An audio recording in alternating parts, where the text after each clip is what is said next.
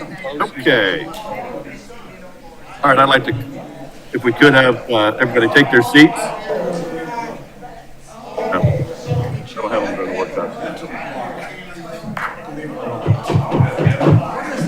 Mr. Alfred. Yeah, we're going to go ahead and get started. Is this mic on? Here we go. All right, I'm going to call this meeting to order. The Town Council workshop of November 9th, 2023. Do we have adoption of the agenda? Second. Okay, all those in favor, please signify by raising your right hand. So moved. So, workshop discussion. Patterson Park Master Plan is up first. Sean, I believe we will turn it over to you. Thank you, sir.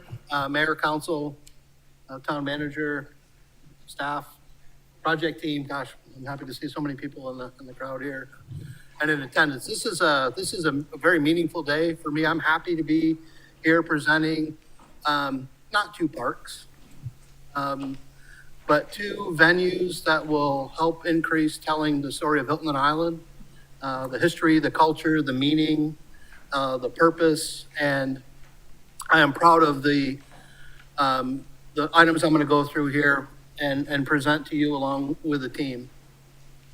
So we're going to look at Patterson Family and Taylor Family Park. Patterson family first.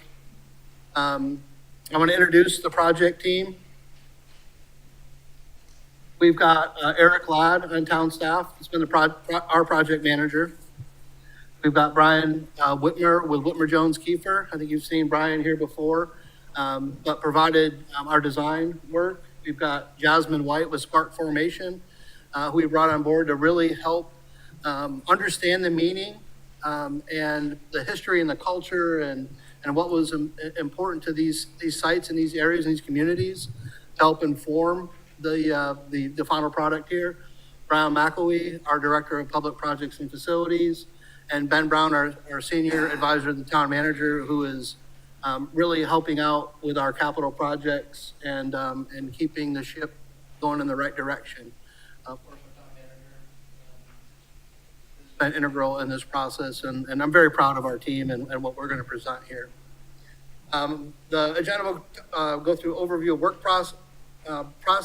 We'll do project background, the community engagement and feedback that we received. We'll talk about the historical and cultural findings, and Jasmine will tell it in a way that I only wish I could. We'll look at a review of the preliminary concept plan, and then ultimately make sure from council that we're on the right direction. Talk about next steps, and then.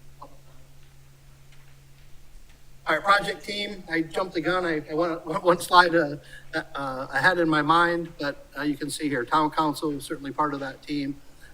Happy for their support and moving this forward, and happy to deliver that to you for consideration today.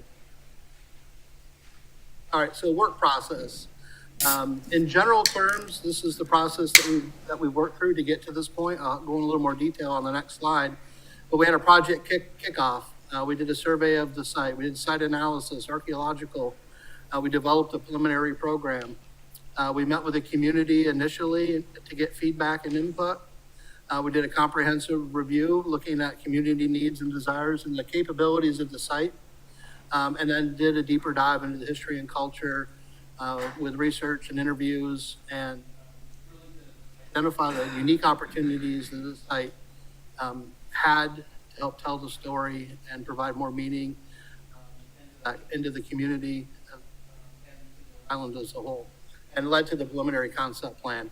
So a little bit in more detail. Preliminary stop survey and site analysis started. This is February of 2022. Stakeholder input. We had a meeting with the community out at the Rowing and Sailing Center in July of 2022. And with that, we started to put together a concept development. We presented Patterson to Town Council in a workshop in February of this year. We presented to Parks and Rec Commission based on input received by Town Council in April of 2023. We held another community input and stakeholder meeting in May and used that to help refine the concept. Again, the information we received on history and culture have helped to inform what is before you today. Where we are in the master plan is we're here today at the town council workshop to talk about the master plan, and get your feedback along with the community here, on moving to a final master plan for adoption. So let me jump in about a little bit of background on the park.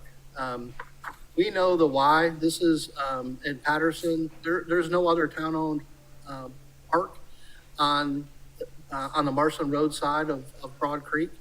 And so this is an investment in community. And I'll talk through the communities that are approximate here when I get to the map. But it's a 3.65 acre site. It's located on Marshland Road, in the historic Marshland neighborhood community. It was acquired from the Patterson family in the early 2000s.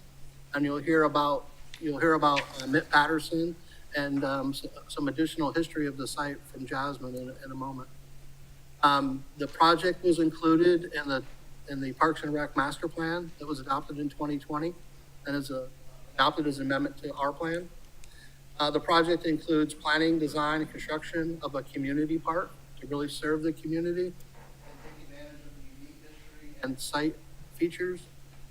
And then funding sources here are from various sources: ATAX, hospitality, TIF, and community development block grant funding. We currently in the budget, the adopted budget, have $2.2 million already allocated in this year's budget for the park. So 2 rounds of community input on this and feedback.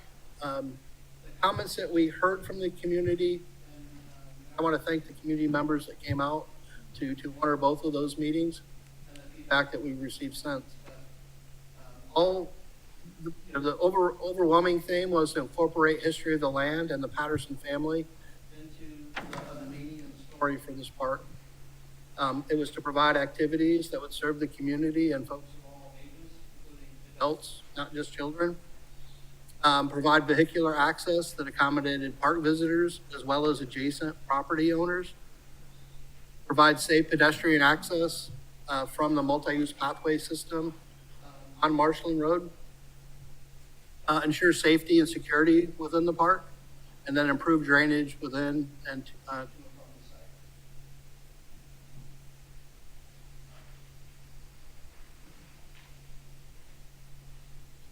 I'm going to turn it over briefly. Jocelyn can have as long as she'd like, but to talk through the history and cultural findings for the Patterson property and how it informed the creativity and ultimate programming that we'll talk about. I think this will help identify the why we're recommending what we're recommending with program at the end, and I hope it helps put it in context and make more sense when we get to the programming. Thank you guys for this opportunity to introduce all of these concepts to you and these historical findings. It was really exciting for me to get invited to part of participating in the development of these parks. We have such beautiful parks around this island. And so to be part of that, especially with something that involves history, has just been an honor to me to design alongside Brian and Eric, really as an act of reverence and of joy. So with the design of these spaces, history has obviously been a huge part in informing the process. What went through my mind initially was just thinking about how to create spaces, intergenerational spaces, that not only invite community members to come in and enjoy one another and create more organic community in everyone's neighborhoods, but also to be able to learn about that history. We have such unique history on our island, and it sets us apart. You know, we have great golf and we have great beaches and we have great tennis, but what really, I think, in my opinion, sets us apart are our stories. And those stories, whether those are stories of, you know, great environmentalists or athletes or artists that have come from this island, this history for these particular parks, this Gullah history is a huge part of Hilton Head history. So it was an honor for me to be part of this and tell this story. So with Patterson, I was able to gather information from some wonderful people, including Dr. Louise Cohen, Mr. Thomas Barnwell, Mr. Melvin Campbell, and Miss Wynn Davis. And as we continue to develop these concepts, I will continue to interview as many people as I can and as I have access to, and do as much research as I can. So it's not done, but that's the beginning. And so with that, I was able to find out that the family patriarch of the Patterson family was Alexander Patterson. He was also known as Mitt Patterson. And their particular family were known for being farmers, and they were particularly highly successful corn farmers. In a sense, they were also known as power brokers because they had the ability to travel back and forth between Savannah and the island. And so not only were they able to bring goods from islanders who needed to market them in Savannah and, you know, make money for them and bring that back to them, but they were also able to bring back goods from Savannah and bring them back to the community. And so with that, they were middlemen in a sense, and they were highly successful because of this. So they were very successful in all of their business endeavors, and that enabled their family to acquire more resources, including more properties, as well as an opportunity to educate their children, which they needed those resources to go further on the island. One of their business endeavors was that they owned a general store, and they called it the Mitt Patterson store. And it was like a neighborhood concession store. So you could get anything there from food to sometimes a pair of shoes, whatever they had sort of brought back from Savannah. And it was just a variety of good for the community. With all of that information that I was able to acquire, it was fun to then figure out how to creatively interpret that. And we've come up with all of these concepts that we think will both honor that family's legacy and also create a space that will really serve our community. So the dominant theme, as I said, was farming. So farming was an essential way of life on the island. I have learned a lot from just talking to elders about how it distinguished even one family from another. So a family could be known as like, this family, they are amazing at farming watermelon. This family is amazing at farming corn. This, you know, whatever it might be. And as most people know, you know, there was a wonderful bartering system. And so in honor of them being wonderful corn farmers, we have created all of these features that I said at the last meeting, you know, when we think about corn or farming, you know, we might think rustic or old, but this is not that at all. These designs will be very design forward, contemporary designs that will honor that and also feel very innovative and new and I would say in some ways on the cutting edge in terms of being different from most parks and playgrounds we've seen around our country. So there were ideas such as everything from creating tall bronze like corn stalks for climbing, right? Something that I would add that like a lot of these designs are meant to really flow organically with the environment. And so we're not just plopping down like a plastic red and blue and yellow structure, but that so they feel like they're naturally fitting into the environment. And I think that'll be important in just maintaining our aesthetic on the island, as well as just creating a sense of, I think, peacefulness, continuity with nature. So with that, anything from maybe like bronze climbing structures or a faux corn maze. One of the things that we've talked about is having play structures that are designed like corn silos, but they're used for everything from like, there might be a side with rock climbing or ways to climb up to the top. And then there's a platform, slides coming out of various angles, and just ways to interact with that and have that theme. And again, like this is not just about playing, it's about learning that history, right? And so there's all of these different ways to learn, and some of the ways are through different STEM and STEAM features. And so those will be interactive, educational ways for kids to be able to play. One of those ways might be talking, like having something that demonstrates the process of farming corn, right? And especially farming corn in that time period. And then using, obviously we're not gonna have corn out there, right? Because that would be too hard to sustain, but we might have alternative objects that then help kids see like, okay, this is when you water, this is when you plant, this is how the seasons work, this is how all of this flows together. And so they're actually learning about that scientific process and the history that goes along with that, right? Because there's all of this, you know, Brian has this idea for all of these, use your phone to, I'm so not tech savvy, like The QR the code. QR codes, right? To be able to, whether you're checking in with your phone and then reading history, or whether you want to be screen free and you're just reading it, you know, on different materials. So that kind of setup where maybe it's done as like almost like an assembly line of here's what happens first, second, third with the corn, or maybe they're strategically placed so that it provides movement and flow, then there won't be congestion in one area, or it can operate almost as like a scavenger hunt for kids, and they're working together to, you know, to create what people would have been doing, working together, working as community members to, you know, harvest these crops.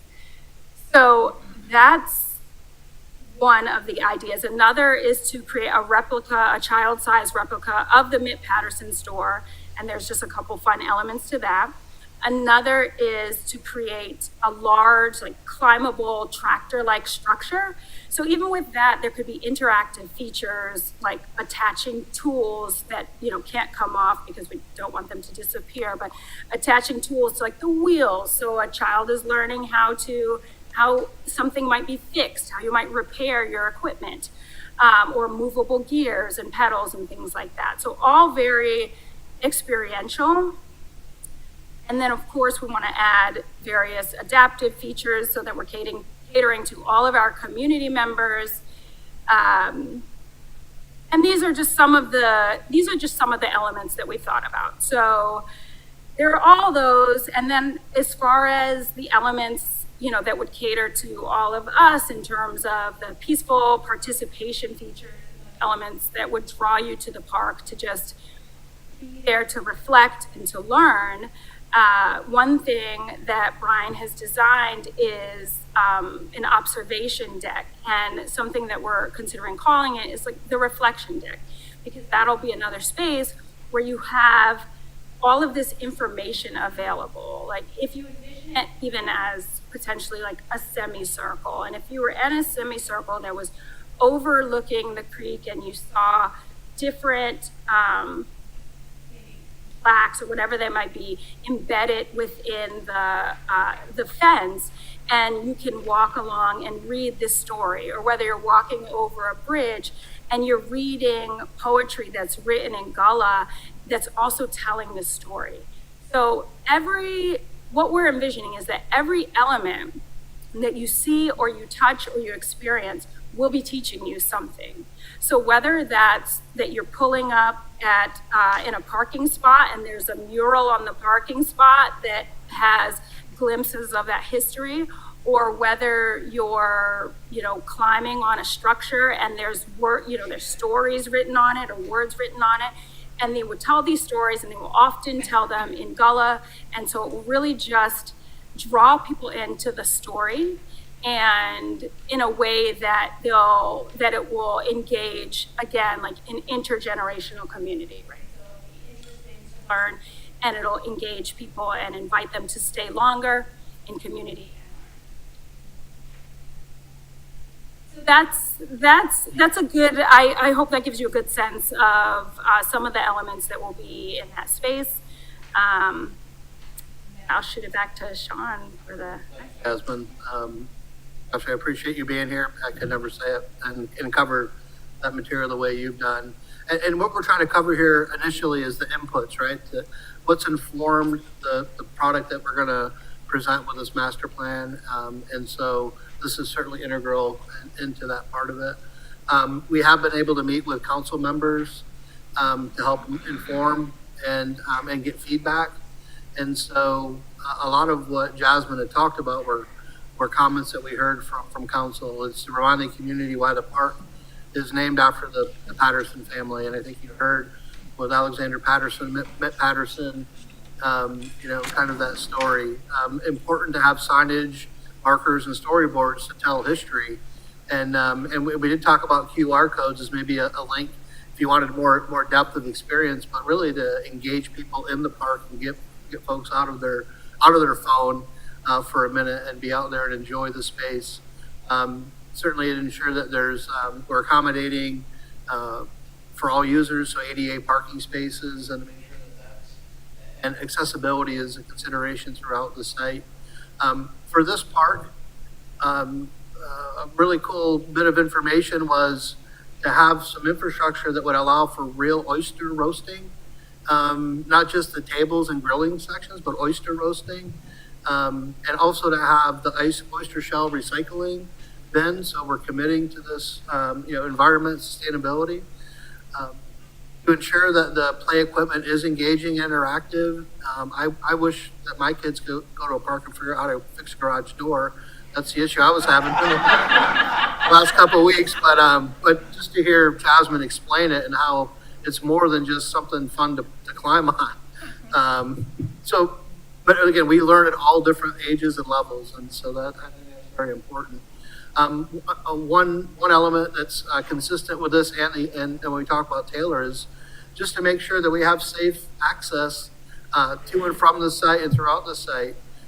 Right now, the pathway on Marshland Road is across the street, and so when we get into looking at the plan, we'll see intentional crosswalk treatments, access points, and we'll talk about in parallel or in concert with this, looking at pathway connections on the park side as well. Gosh, I'm keeping everybody with bated breath to see the plan, but so all right. So we're going to talk about the actual site itself and get into the programming. But you can see map of Hilton Island right in the center of what I've highlighted here is the location of the Patterson Family Park location. It's on Marshland Road near the headwaters of Broad Creek.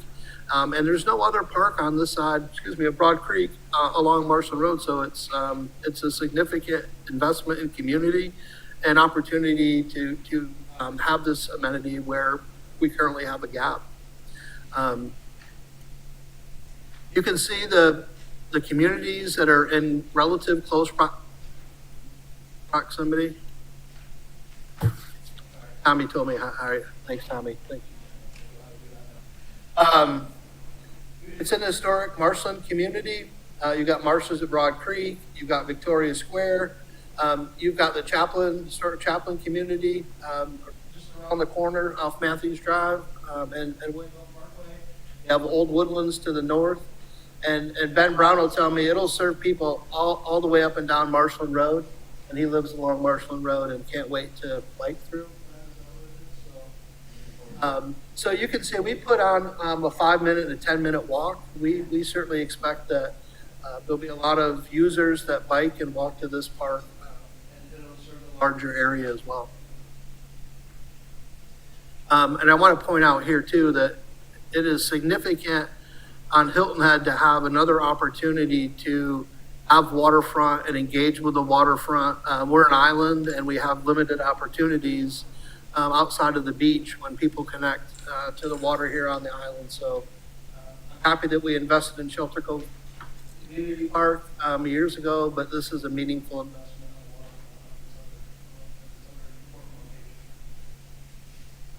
Just a little bit about the site. I'm not the engineer, so I'll run through it at a high level. The property on the, I'll learn. It'll happen again, just so you know. The property that I'm highlighting here was the town-owned, the town property that was acquired as a larger acquisition across the street, the Habitat for Humanity. The Glen Phase 1 and 2, Town Council donated that land, and Habitat invested in developing housing for workforce and folks there. But this was the property of land that was on the waterfront side. It has a wetland. You can see along the front end. We looked at access across the wetland and found out it was about $1 million cost to have access through there. So we were able to work with adjacent property owners, and one in particular to acquire property to provide better access into the park, and also better access for that property owner for the future. And I know we have Ty Scott here in the crowd, but working with Ty with his location to try to integrate with Beautiful Island Square and make this park and his operation cohesive and working together. And so town council supported moving forward with this component to provide that better access.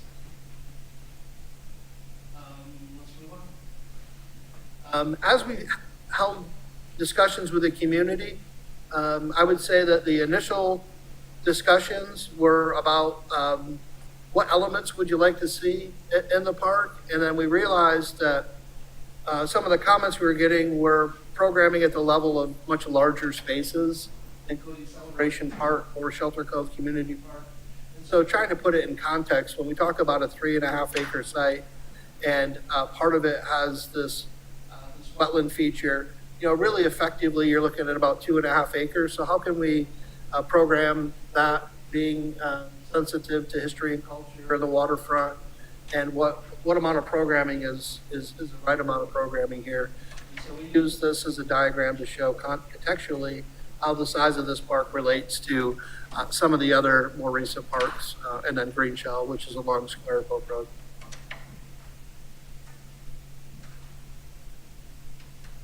These are inspirational illustrations. They are not, no one's decided on any one of these to put in the park, but really a way to help create and inspire thinking about what the park elements could be.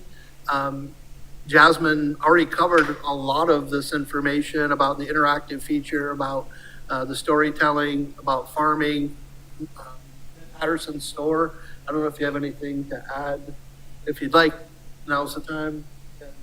I would only just briefly add that one of those images is reminding me about the going back to when what I initially said about these parks being designed as very contemporary spaces, and including the pavilion spaces. So the pavilion, you thinking about those in terms of how can we make those as contemporary as possible in a way that maybe we haven't seen yet on the island, right? And still make them functional and give the community what they need.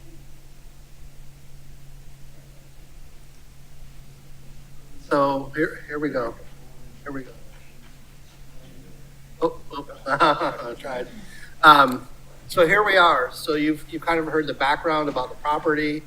You've heard about the history and culture and meaning, about site constraints, about the different inputs that led us to what we're presenting here as our draft master plan for consideration, additional feedback, and I'll move through it. As I talked about before, the wetland feature precluded access. Well, made it difficult from a cost perspective to provide access here. So access is provided through property to be acquired by the town, and then access from that property into park proper, this community investment. We've reflected about 25 parking spaces in here. That's one other bit of information, is to make sure that we accommodate parking for events here. But here's the layout access adjacent to Beautiful Island Square and into this park. It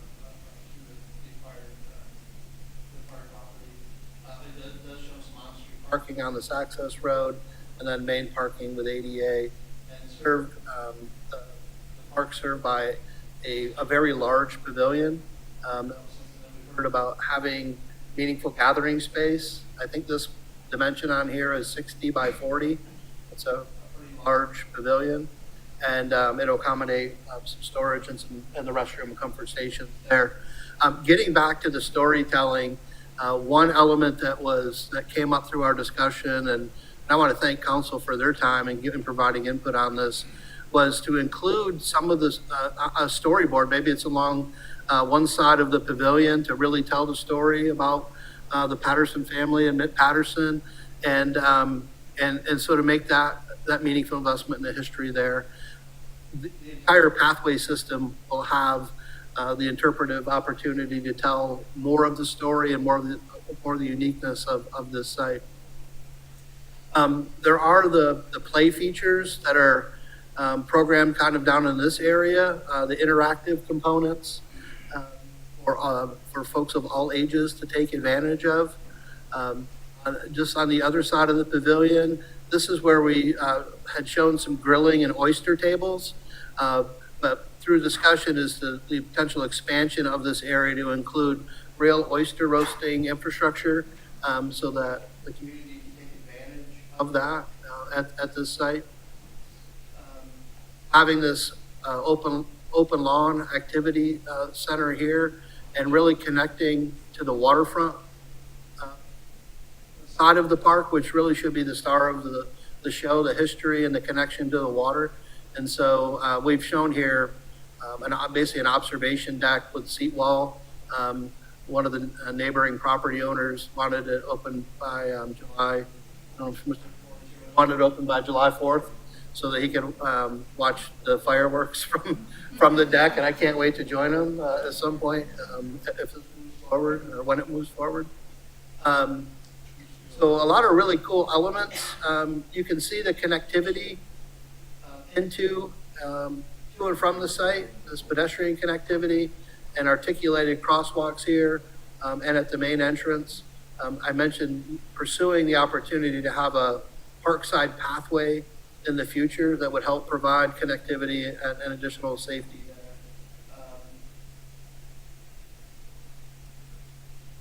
Pardon me?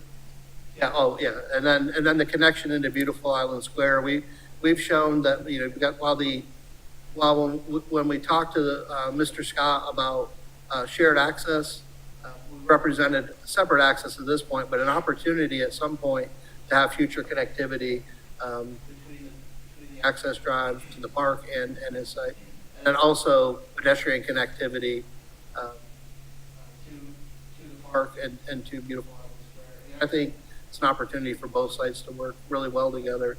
And you've got activity in the park, you've got a commercial food source right there that certainly makes sense.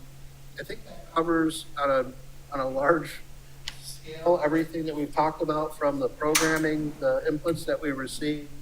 And I'd like to get some feedback from town council and from the public in case we've missed anything that we should consider. Okay. Council, start down here. Mr. Brown, comments? I had a lot to say as far as thank you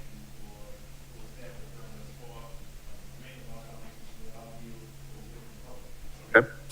Mr. Ames?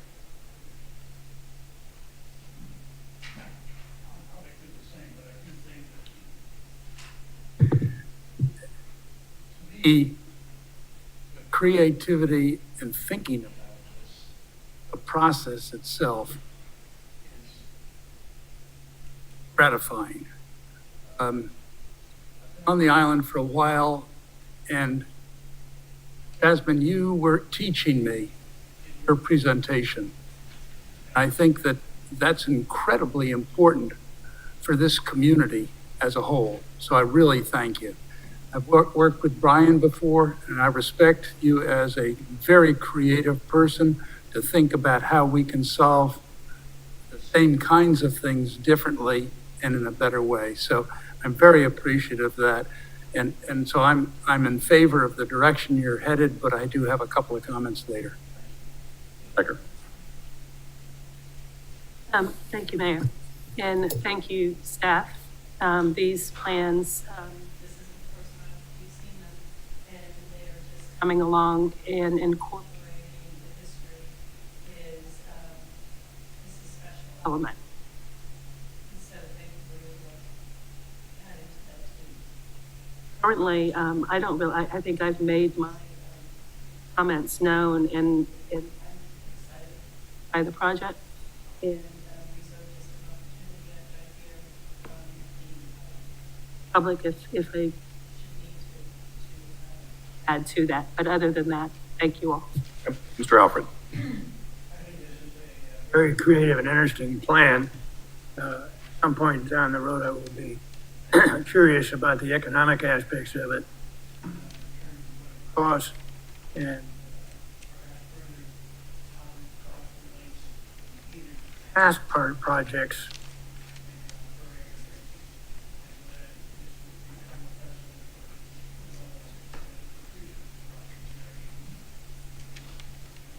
Stanford.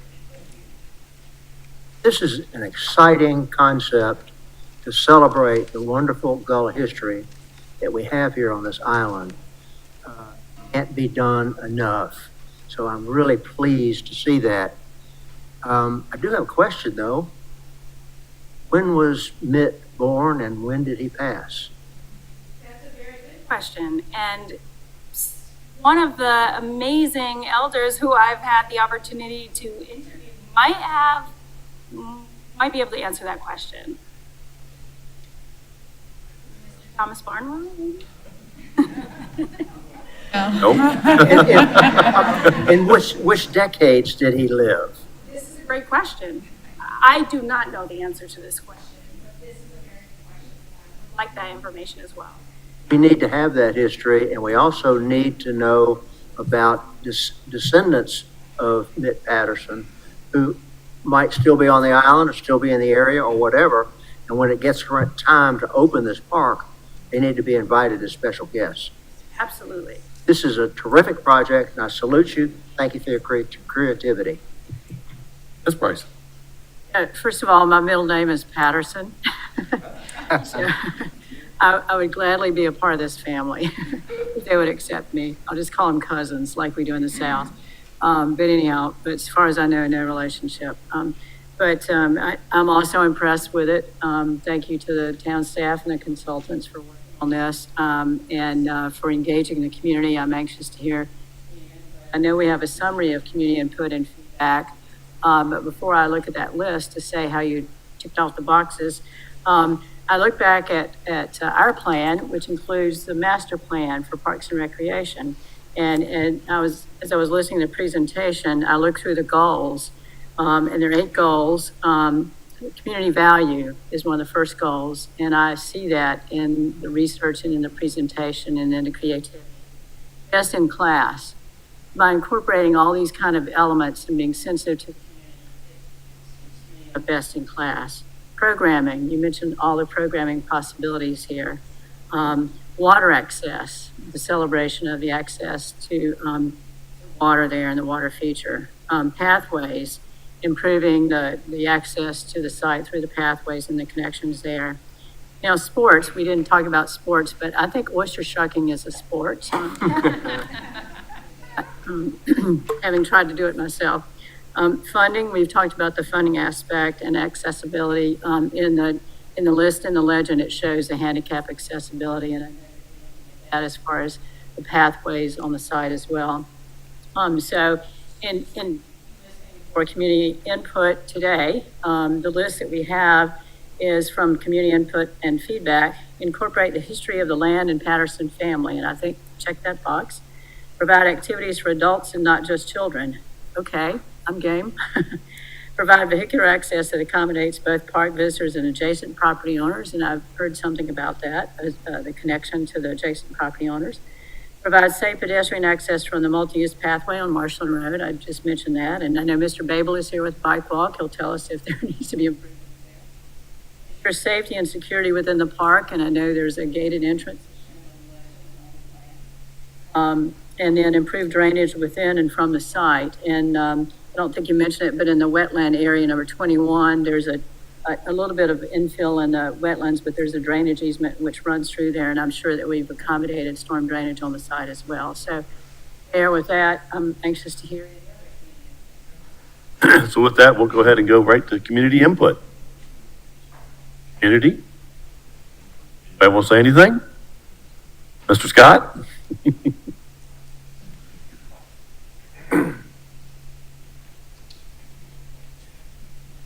Good afternoon, and thank you for your time. I just want to say I appreciate the efforts with the town. I look forward to seeing the proposed finished product with connectivity, pedestrian connectivity for beautiful Island Square, and also the drainage issues that we have down there. That's a huge issue that we have. So I want to really see how we're going to deal with that outflow coming into the area that we have behind beautiful Island Square.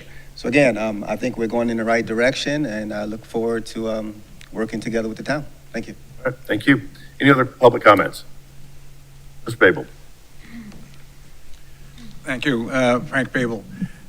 I have a question that doesn't require an answer, and just really a comment. I thought we had a Parks and Recreation Commission that was tasked with the job of looking at parks and plans and programs, and then approving them and then presenting them to town council. So I'm not going to suggest that this is the wrong order, but if we're going to have a Parks and Recreation Commission with a person like this who's in charge of monuments in all of Washington, D.C., they ought to have some power. They ought to have a role in this, as opposed to you folks making up your decisions and making all the decisions and then passing it on to them, because what's the point of it? What's the point of having a Parks and Recreation Commission if they can't do a job that they're supposed to do according to our things? So that's my only comment. Otherwise, park's great, terrific. This is not about the park, this is about the process. Okay? Thank you very much. Thank you. Any other public comments? Okay, seeing none. Alex? Yeah, sure. Couple things there. First of all, Jasmine, library, I'm sure that you can find out more information on the family tree Patterson, but I do not know the birth date or death date of Mr. Patterson. I want to inform everybody in the crowd that the first elected Ward 1 council person is A.C. Dreesen, direct descendant of the Patterson family, okay? So there's obviously a lot more to unpeel there as we move forward. The other thing that I would just offer in passing, as we get into this discussion around funding, sort of responding to Councilman Alfred's comment, typically these smaller parks have been funded with community block grant funding, okay, which is a limited amount of money. And when we talk about precedent, and we look at Celebration Park as an example, as a new park that's come online that is definitely serving a huge need in our community, we all can be proud of. I think we need to open our eyes a little bit as far as knowing that it costs a little bit more to get this type of product done, but the ultimate goal and effect that it will have on our community will definitely be return on that investment. Those are my comments, Mr. Mayor.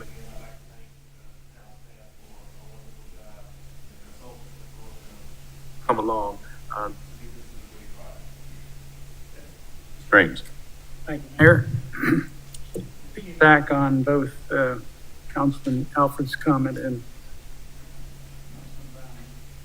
I wonder about event management. Who is going to be responsible in that regard? Because this has the potential of being more than just a picnic place.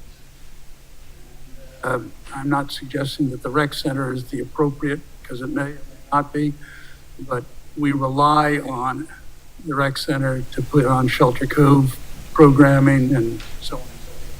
That's just a thought. And also, if you'll bear with me, because of my planning background, I have a couple of more detailed thoughts and suggestions. One is the location of the proposed oyster area. I'm a little concerned if you're going to add oyster cooking and fires and so on, it may be a little bit close to the next door resident. Just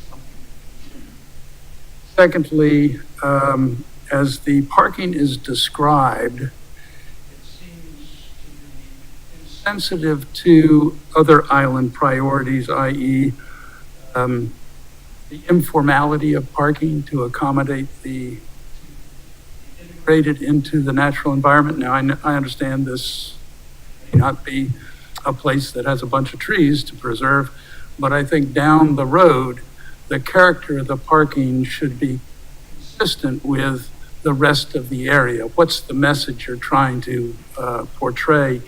And a rectilinear parking lot, as it's described here, may be inconsistent. That's just an observation. And then lastly, I'm a little concerned about the resiliency capability of this site because it is low. And so you might consider using fill where you're going to have the pavilion and maybe parking, or maybe, I'm just a thought that flat ground in this area over time is going to be a maintenance burden. And as somebody in the audience, Ty Scott, suggested, we know. Thank you, Ms. Becker. So, also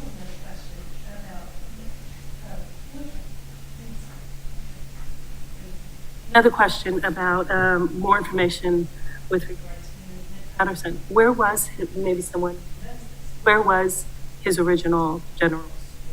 The original general store, I believe, was right, it was somewhere adjacent to the property, maybe directly across the street from the property. So it was connected to this area on another part of the island.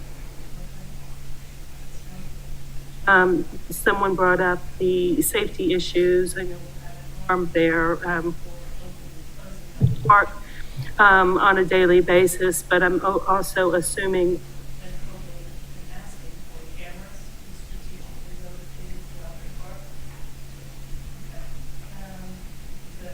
the shell collection sounds wonderful, and I encourage that. I just am curious as to, once the word gets out that there's a shell collection there, how many shells will be collected that aren't being used on that site, and what that might look like. So just something to think about.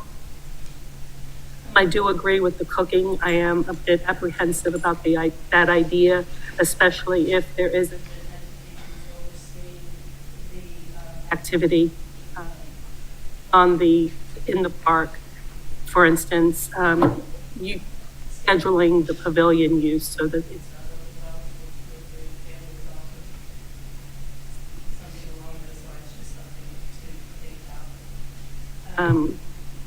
and I'll make this comment at all of the park meetings, and I've done it in the background previously, that we want a beautiful park, and this is certainly going to be a beautiful park related to the history, opportunities that don't exist in our other parks. The funding is interesting, and not concerned with discussion, certainly. Wouldn't want it to become Disney.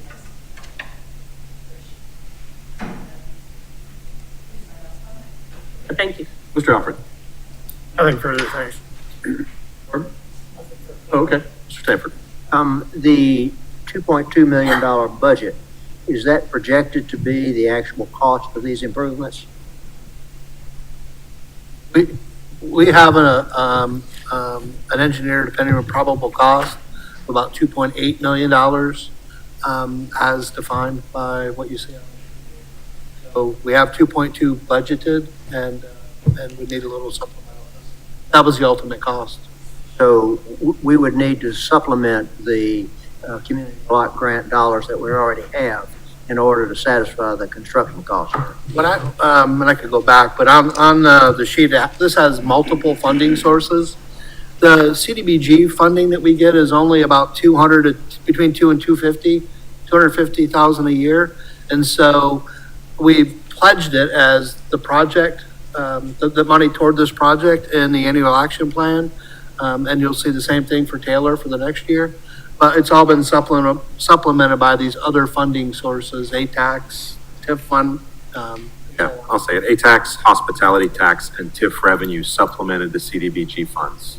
2.1 in our current budget, and an opinion of probable cost at this point is a good estimate swag from an engineer until we get into this. It could be less. We'll always value engineer that. Once we refine these plans, we'll better be able to have real pricing, and I'll bring all of that detail and ask forward in our budget cycle. 0.1 million is already in our current budget. Sure. So Thank the you. FY24 current CIP. Ed, Ms. Bryson? Just a couple of other things. First of all, with regard to programming, I really like parks where you can do self-programming, if you will, where there are some historical markers and information instead of having a lot of signs. You can use your phone to use the QR code to find out more information. You can even have historians talk to you. You can have Mitt Patterson's talking to you about the community store. So you can do that kind of programming a different way. And there are other opportunities in the community. Of course, we have the Outside Foundation, and I'm glad to hear the inclusion of the oyster shell reef collection there as well. So I think there, in the Heritage Library does tours, which could include. I think there's a way to incorporate programming in that way. And as I understand, there would be some markers along some of the pathways here. And I really like the idea of the story panel within the pavilion.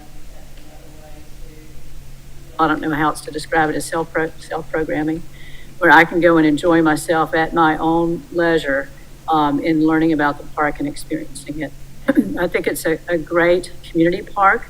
I think that fits within the goals of the master plan. And I'm really encouraged by that and by the reflection again of the history of the area. And the last thing, based on the public comment, both community input and from Mr. Scott today, and that is, can we get the staff to respond a little bit about storm drainage plans? Okay, thank you.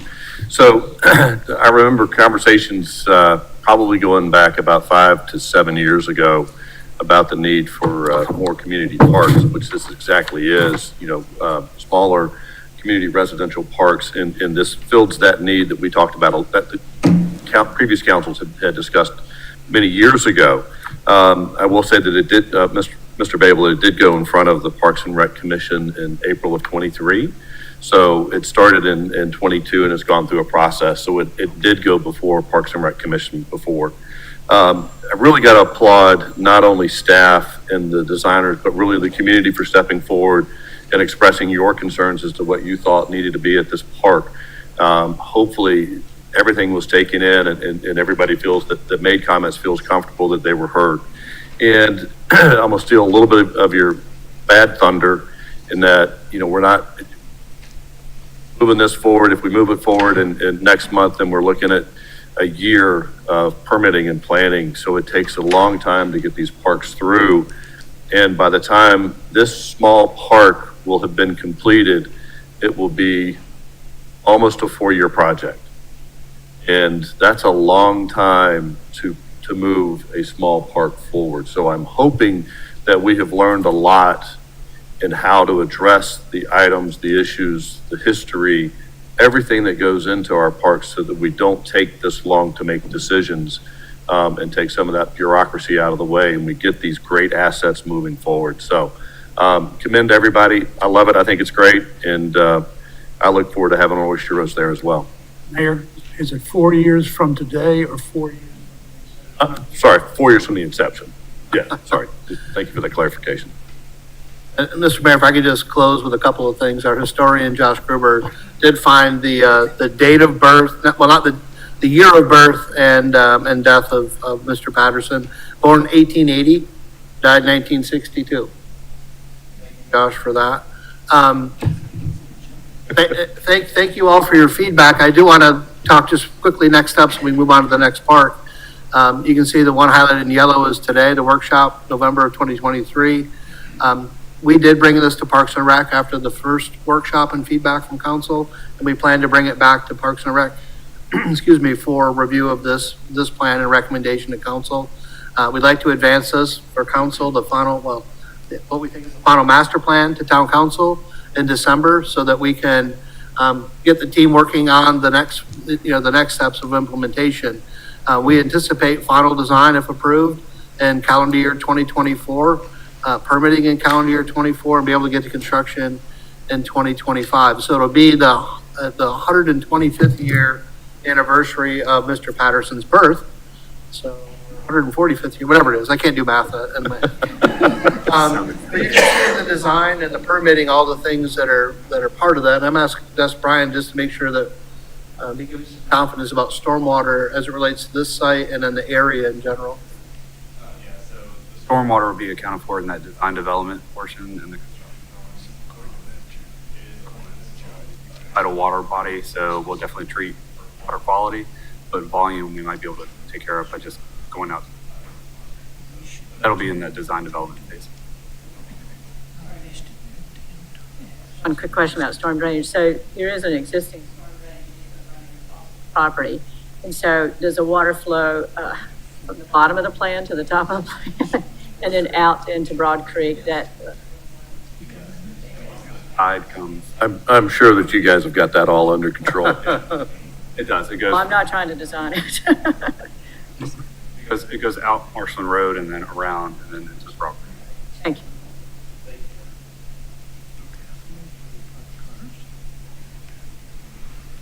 you. Yeah. We're ready to move on?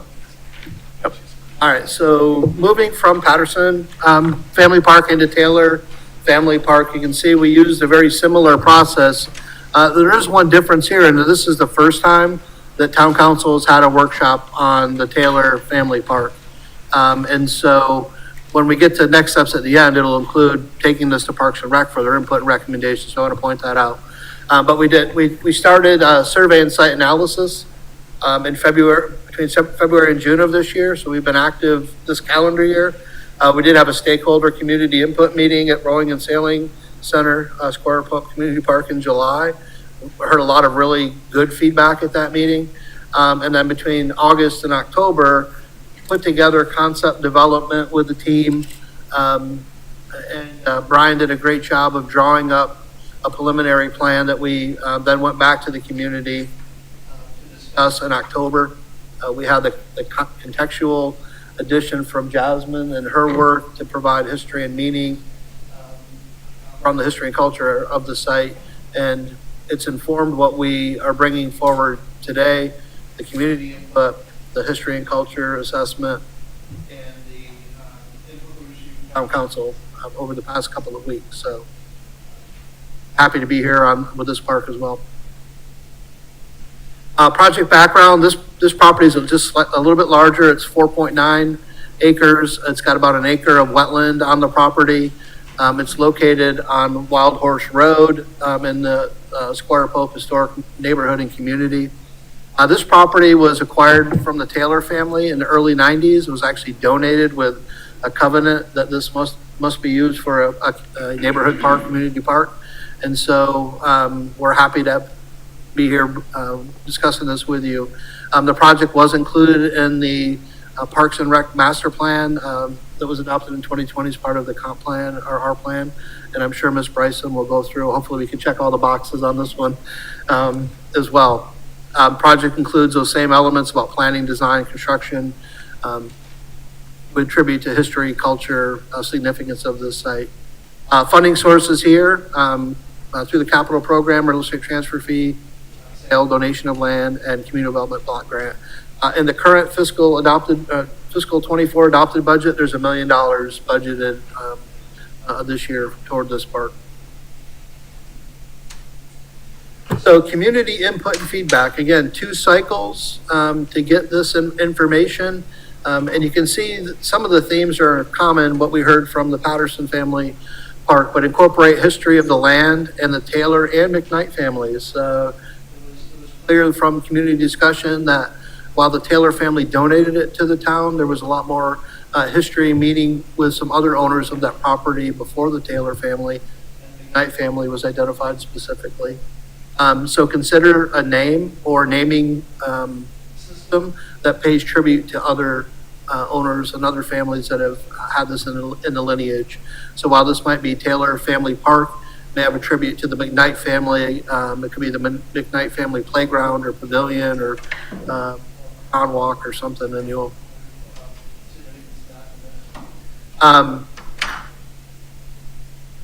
There was some concern about increasing traffic in the area along Wild Horse Road and Gumtree. And so to make sure that there was safe and identifiable crossings and traffic calming measures in this area, provide safe pedestrian and bicycle connectivity through the multi-use pathway here. Again, the pathway is on the other side of Wild Horse Road, and so opportunities for safe connections, and then also an opportunity for a park side of the road pathway connecting to Gumtree, and we'll talk about that in just a minute. Safety and security within the park, as was mentioned with Patterson, making sure that there's an opportunity to gate the park to not allow vehicular access after the park closes. And certainly in line with that is the camera brought up here. Provide fencing along the wetland area and along the roadway, just to provide, again, some additional safety and security of users and the traffic and other activity in that area. Provide high-quality features and materials that are consistent with other newer parks. There was a request for some conditioned space potentially at this site. We heard comments about having programming similar to Celebration Park and parking, a significant amount more parking. And when I show you again the comparable scale and size of this property to others, we were able to convey to the community the feasible programming that would make sense for the site. But then also provide additional pavilions. Well, when I get to the plan, I hate making you guys wait so long. When we get to the pavilion, it is a large pavilion, but there was some comments from the community that if that was being utilized, that there needed to be some other space that families and visitors could take advantage of. Not just one at a time. So that was community feedback that we received. I'm going to turn it over to Jasmine to give the contextual background and the history and cultural component. This was the first time I was able to hear Jasmine when she spoke in the community meeting. And I wondered where she had been for the last 17 years, because I learned more in probably a 20-minute period about the history and culture of this site and this area than I had in the previous 16.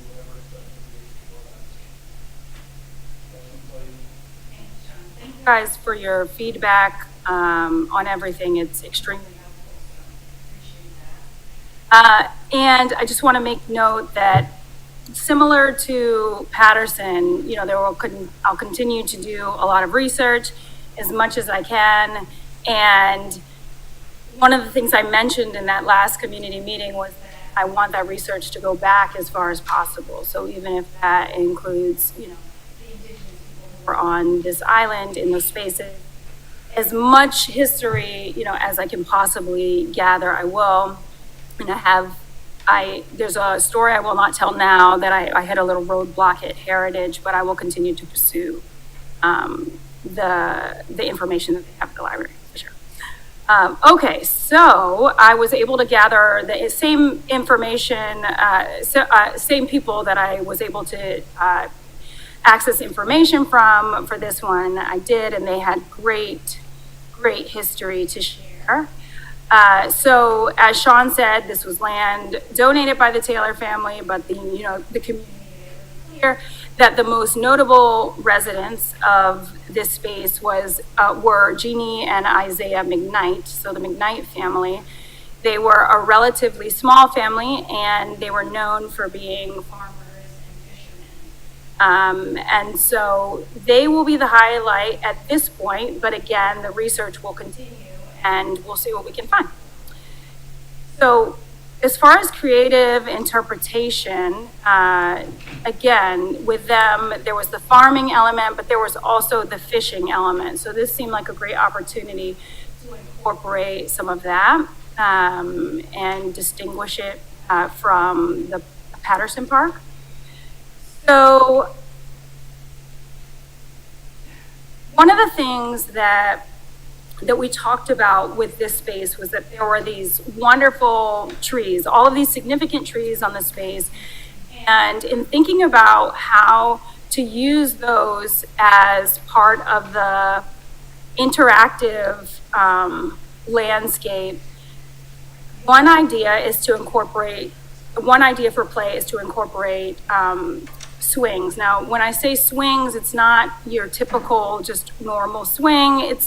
The idea is to create these swings that are almost, and it's not going to be Disney, it's much more tasteful and less expensive, but these swings that are larger than life in a sense. These swings that are interesting and hopefully created by local artisans and made out of wood that would be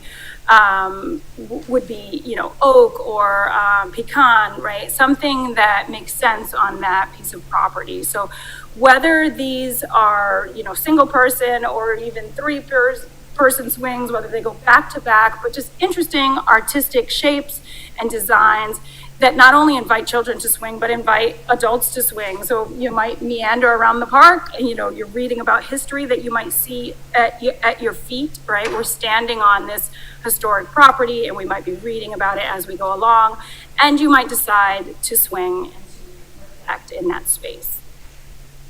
Also on these swings, something that might be interesting is to engrave Gullah names into or phrases, bits of poetry, whatever that might be. So again, incorporating history into all of these elements so that we're continuing to learn.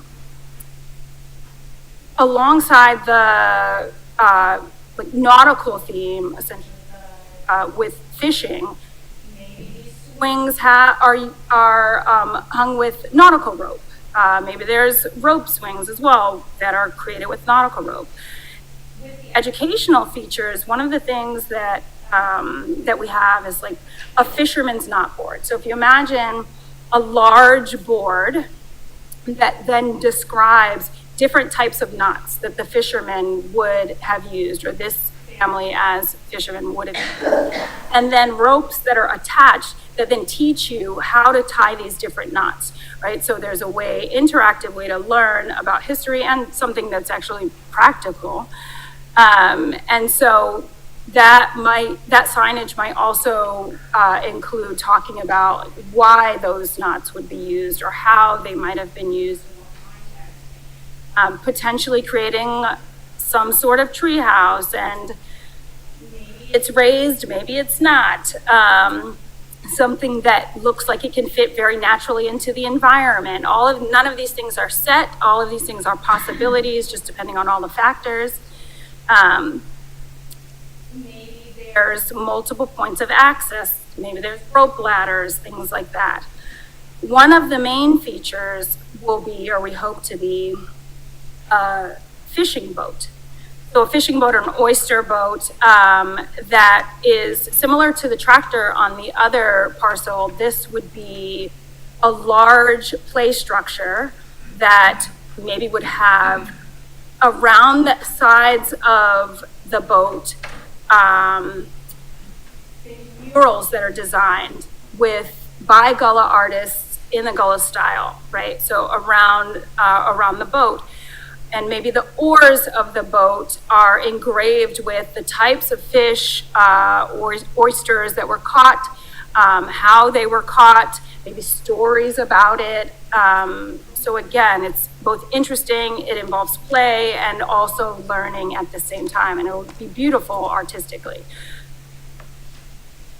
There's also another element that we've incorporated called like the fisherman's journal, right? And so this another way to learn about the process, and maybe it's done in a storytelling form. So if we imagine a Gullah storyteller and storytelling form about, maybe it just describes the day, I woke up this morning and this was the time, and, just as usual, the tides came in, whatever that might be, but something that feels like storytelling and feels connected to the story.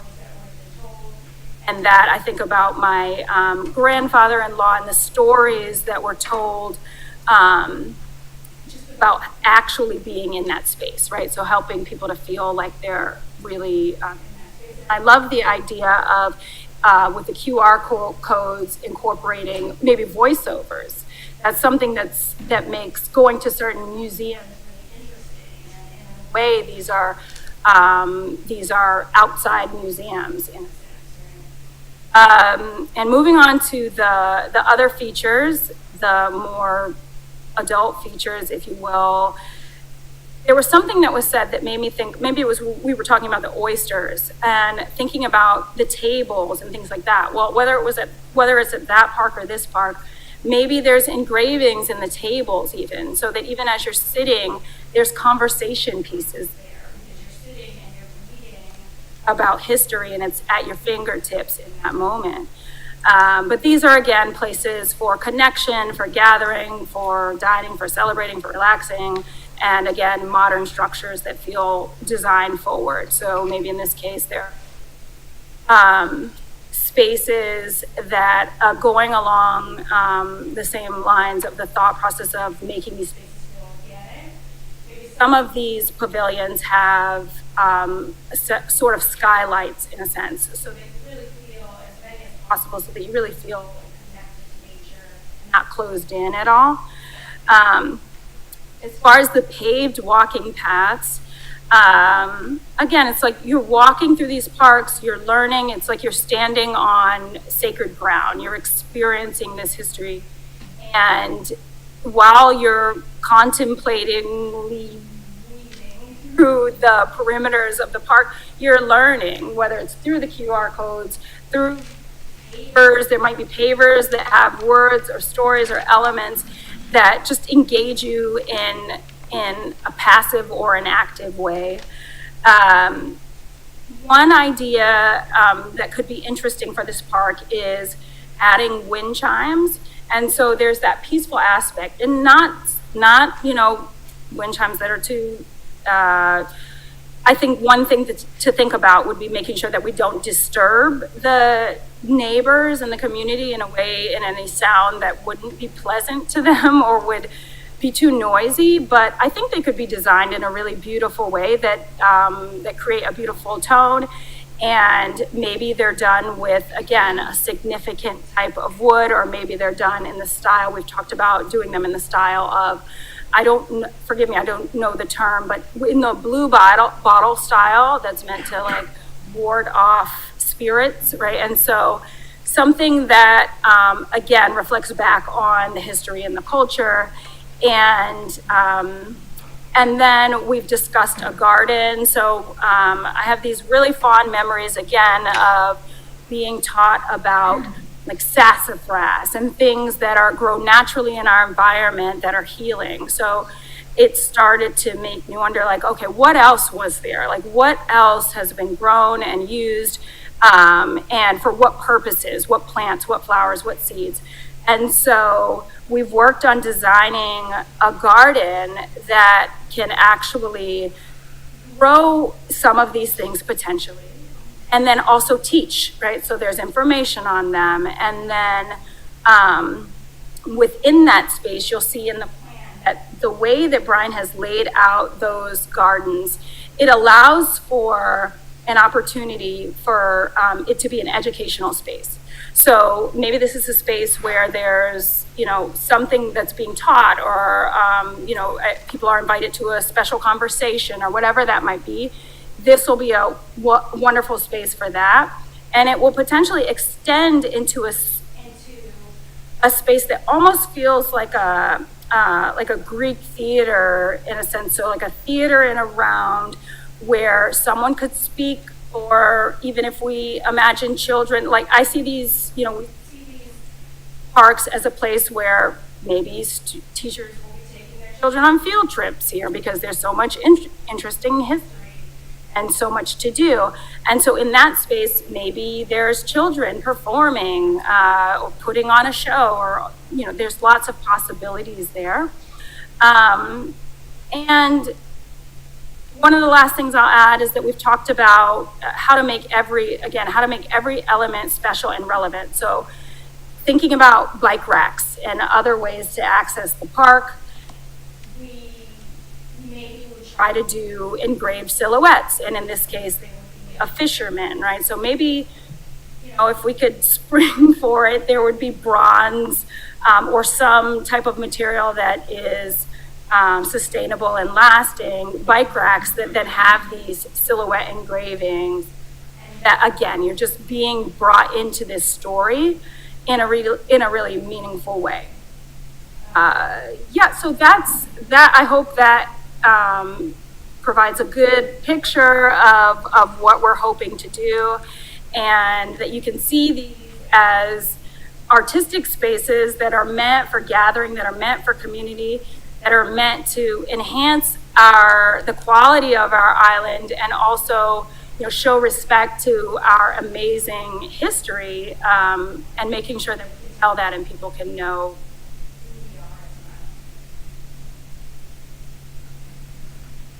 who we are. Jasmine, thank you so much. I close my eyes for a minute. I picture myself in the space. It's not built. We haven't got a final design, or is it built, but I could picture myself in all of those spaces. And I think she deserves a round of applause. Uh-huh. So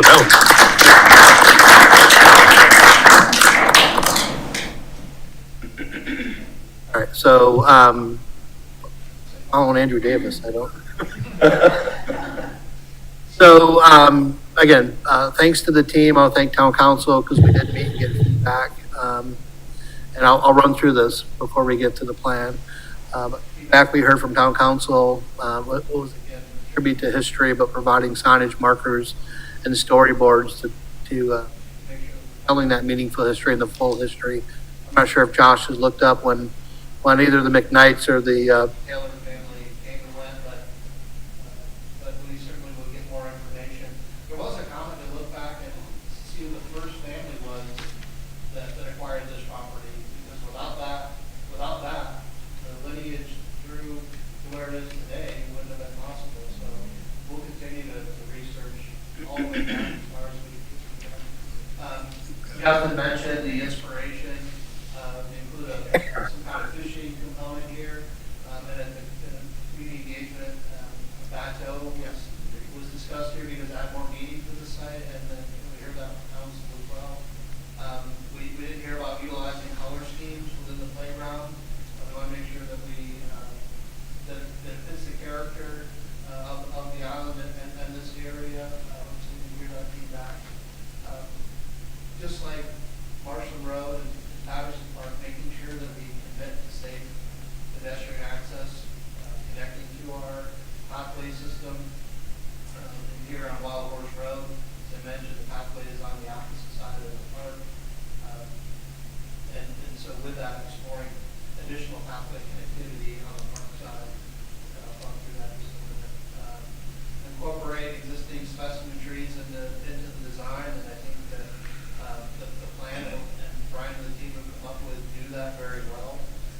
One item that Jasmine did mention, I don't believe so, maybe I have eyes closed, picturing myself in the space, but there's a significant pecan tree on the site. I'll say, unfortunately, the history and significance of the tree is more impressive than the tree itself.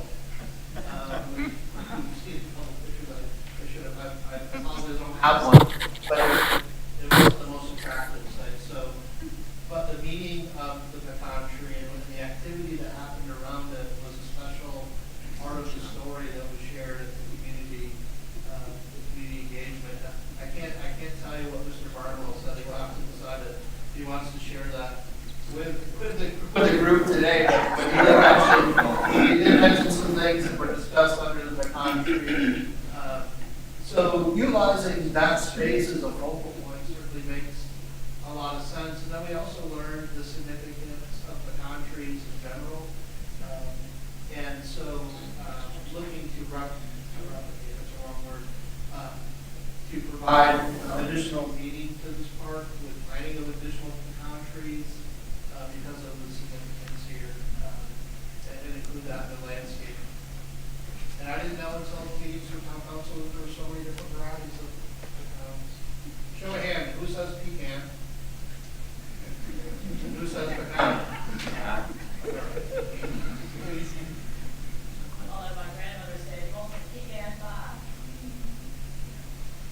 There you go. So, thanks for indulging me on that and all the input and really the meaning and the why we're going to then present the park and the programming the way it is. And so the location of this property and this opportunity to invest in the community is on the north end of the island. It's near the intersection of Gumtree Road and Wild Horse Road. And so you can see in general context where it fits in to the overall island. You can see a little bit more detail here, Gumtree Road, Squire Pope here, and then Wild Horse. So it's in the middle of the Stony community. There are a lot of neighborhoods within this area. There's other significant sites and amenities. It's relatively close to the Island Rec Center, the Boys and Girls Club, First Tee, Green Shell Park, Skull Creek Community Park, Rowing and Sailing Center, Ford Shell Ring, which is part of what we're investing in. So, you know, the idea of this becoming a significant tribute to the history and culture and meaning of the island and these communities it is special. So I want to make sure that we're connecting into the greater system there. So a little bit about the site itself. As I mentioned, it's about a 5-acre site, but this area in the bottom right corner is wet, about an acre. And so making sure, just like on Patterson, that we're protecting and enhancing the ecology of the site and then connecting that to the park overall. On the top part of the slide is Wild Horse Road, and you can see the existing multi-purpose pathway is on the opposite side. And so making sure to have this meaningful connection crossing the street. And then we'll explore an opportunity. There's a little wedge property that's not owned by the town, but looking at an opportunity to provide that parkside pathway to connect to Gumtree Road, working with property owners on easements or acquisition to advance that idea as we move this thing along. You can see there's not a lot of significant trees on this site, and you can see the larger ones are highlighted. There's a lot of young vegetation on the site. I do want to point out that the pecan tree is in this location, and it's actually 55 square foot. So it's a little larger at where you measure it. I wouldn't say it's larger at the top, but anyway, that's the location of that significant pecan tree, and again, more about the meaning of what happened around it. Sean, that tree is shown in the bottom picture on the right. Oh, there it is. Snuck it in there. There it is, and I can't go back. And all right, so again, because of the comments that we received from the public about programming, provided this at the second community engagement to show the size of this park in relationship to others. It's slightly bigger than the Patterson Park, but again, not quite as well, not as large as Shelter Cove or Celebration Park, and so the ability to park and program are more limited here. I don't think necessarily appropriate based on the feedback that we got from the community. Move forward with this. And so you can see some inspiration here. I think that, well, I had the advantage of having these images in my mind when Jasmine was talking because I had seen them. But we had a shrimp boat in an earlier iteration, and the feedback was, again, more around a bateau and the significance of that, because that's how the fishing operation activity was more aligned with. You can see the connection to the water and to fishing, and the nautical component with the ropes and the play features that are here again for inspiration and for stimulation and thinking. And the same thing with the architecture. What was programmed in the concept plan was in another large pavilion, and then we heard feedback from the community about some additional pavilion and covered spaces to program. Connection to Tabby, to have the meaningful messaging in the pathways or in signage interpretation. And so these are meant for inspiration. As Jasmine mentioned, there's opportunity to let more light in to these pavilions so that you feel connected more to nature. Certainly make a lot of sense when they hear someone say that out loud. And then some of the other elements, we talked about the fencing and having some sense of space and safety, the swing concepts, the different opportunities to engage and interact in the wooded area, and have seating and opportunities throughout the park, and these options of how to deliver that. The bike racks, we'll check with Frank Babel about the most appropriate bike rack that Walk likes, but to have it meaningful in the context of the overall park design, I think is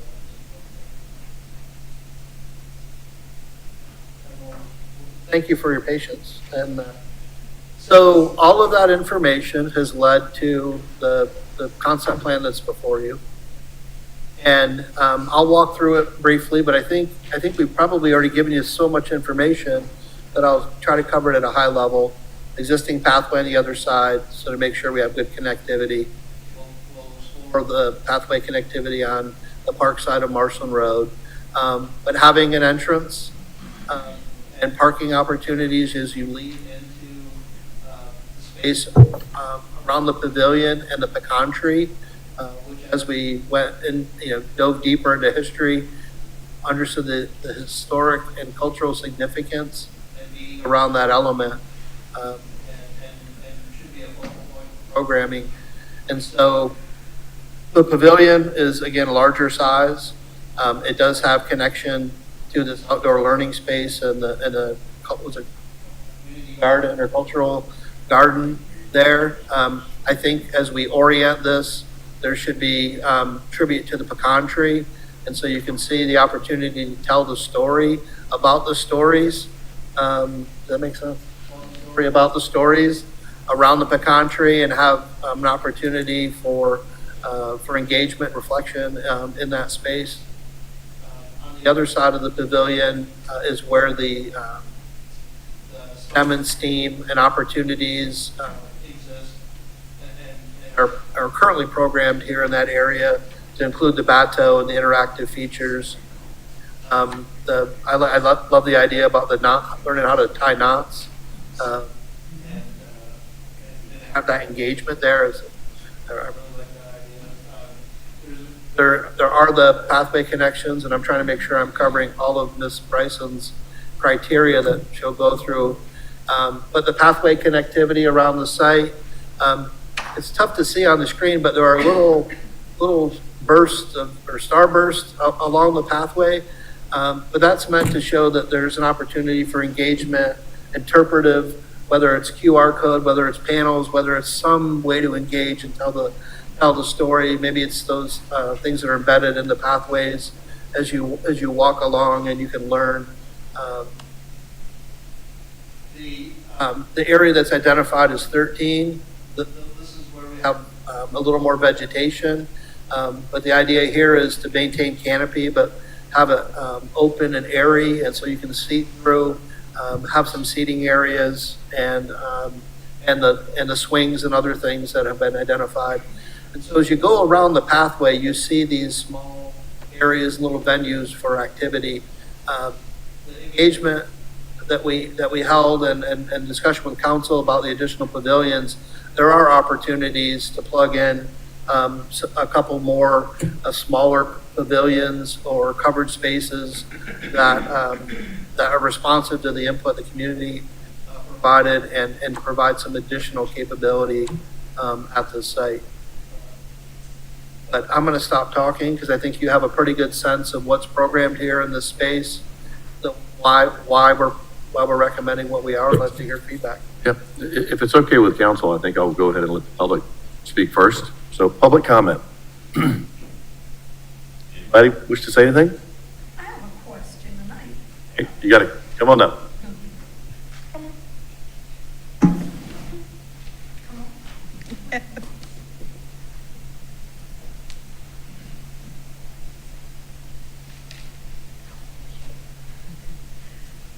Good afternoon. I'm Wynn Davis. I live at the corner of Gumtree and Wild Horse Road. I love the concept. I think this has been 30, 40 years in the making since this property was donated to the town for a community park. And I'm glad to see it finally make it into the budget. After 30, 40 years, I just expected it to be a little bit more into the budget. The concept and the work that has been done is phenomenal, to include the Gullah traditions and the things that the people that lived on the land actually stood for.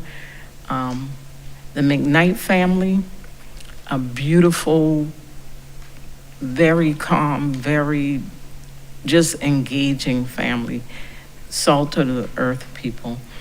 I would like to see the park name after the McKnight family. I appreciate the Taylor family's donation. And however that property was transferred, I know that Paul McKnight, after his passing, his wife had to leave the property because he was able to stay there as long as he lived. And on his passing, it converted to the Taylors. The property should be named after the McKnight family, and we can pay homage to the Taylor family's donation.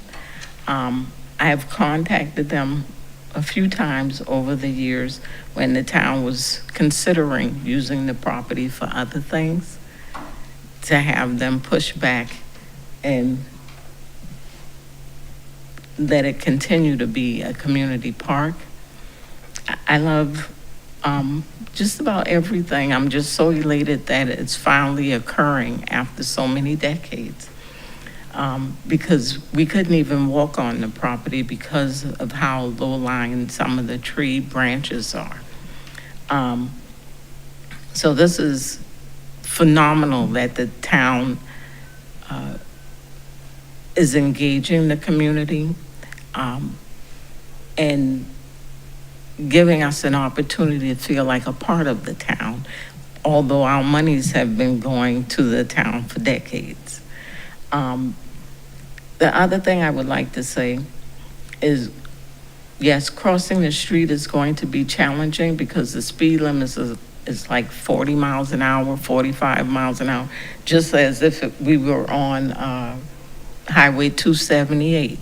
This is not a highway. This is a community with small homes and families, and now we're gonna have children crossing over the street at 40, 45 miles an hour. I don't think that's a good idea.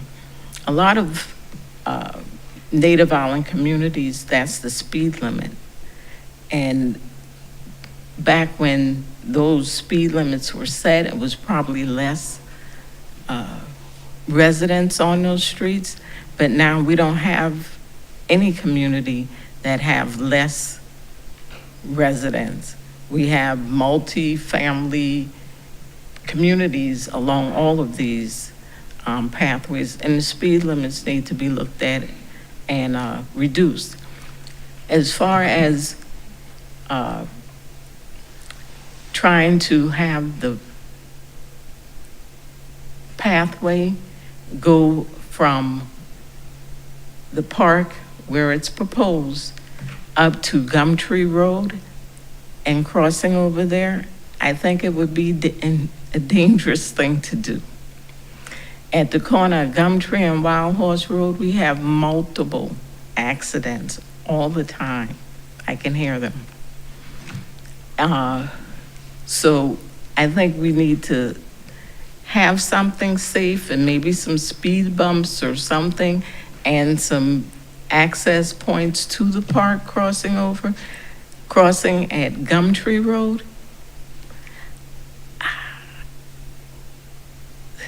I'm not sure. I'm not a traffic engineer, but it just seems dangerous where the crossing here, what might be because you can see the cars coming, it might be a little bit better. So those were my concerns. And to make sure that where the property is considered wetlands, there's a huge ditch behind there. Let's make sure there are no occupants in there that could harm our children. Okay. So, other than that, it's awesome. You haven't shown the timeline as you did with the Patterson Park, but. That's coming. Oh, okay. But this is awesome. Please keep us on the agenda because I've contacted Park and Recreation for years and we were never on the agenda. But I'm happy that this has happened because I had planned to spend my retirement getting to know each and every one of you.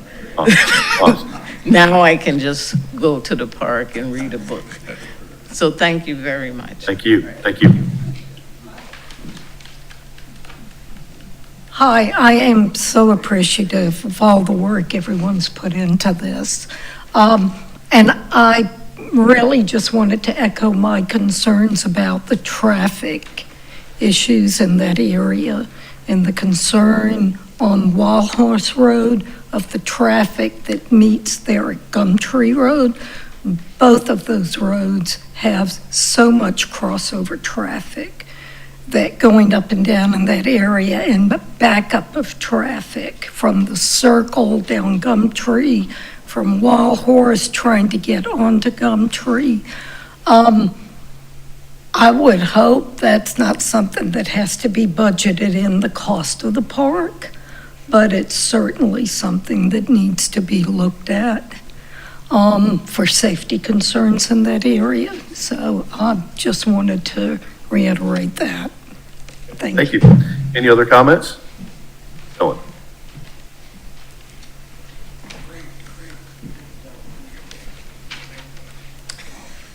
Well, howdy, everybody. I think everybody knew who I am. I am Louise Miller Cohen, a native of Hilton Head Island, a member of the 5th generation of my family. So Wynn and Kim have aired a lot of my concerns, but I'm also here to stand as a family member.